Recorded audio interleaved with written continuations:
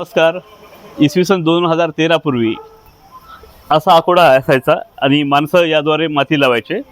2013 नंतर आपण जेव्हा काम चालू केलं, हे सेंटर रोटरी पॉवर विडर आहे. या हुकाला डोजर म्हणजे रिजर लावून मातीची भर दिल्या जात होती. मध्ये अखंड बॅक रोटरीमध्ये चेन असलेले पॉवर विडर आले. त्यांनी बेल्ट ड्राईव्ह पॉवर विडरला मागे टाकलं. 2013चा हळदीला माती लावायचा आकोडा, 2013 नंतरचं रिजर त्यांनीच बंद केलं. त्यानंतर जे 16-17 मध्ये असणारे बेल्ट ड्राईव्ह पॉवर विडर शेतकऱ्यांनीच याला रिप्लेस केलं. याला रिप्लेस करून शेतकऱ्यांनी चेन ड्राईव्ह पॉवर विडर घेतले. आणि ज्यावेळी मार्केटला शाफ्ट ड्राईव्ह पॉवर विडर आले, त्यावेळी शेतकऱ्यांनी चेन बेल्ट सोडून यावर आलेले आहेत, शाफ्ट ड्राईव्हवर.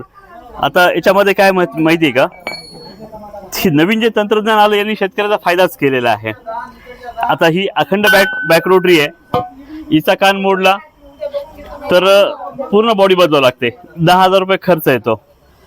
तेच जर हा पार्ट आहे, याचा जर कान मोडला तर एवढाच पार्ट बदलावा लागतो.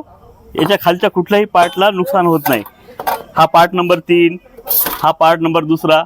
इथला कान मोडला तर एवढाच पार्ट बदलायची गरज आहे. बाकी याच्यासारखं पूर्ण बॉडी बदलायची गरज नाही आहे. मार्केटमध्ये सगळं आहे. आपल्याला मेंटेनन्स विकत घ्यायचं आहे का 0 मेंटेनन्सवाला पॉवर विडर विकत घ्यायचा आहे, हे आपण ठरवा.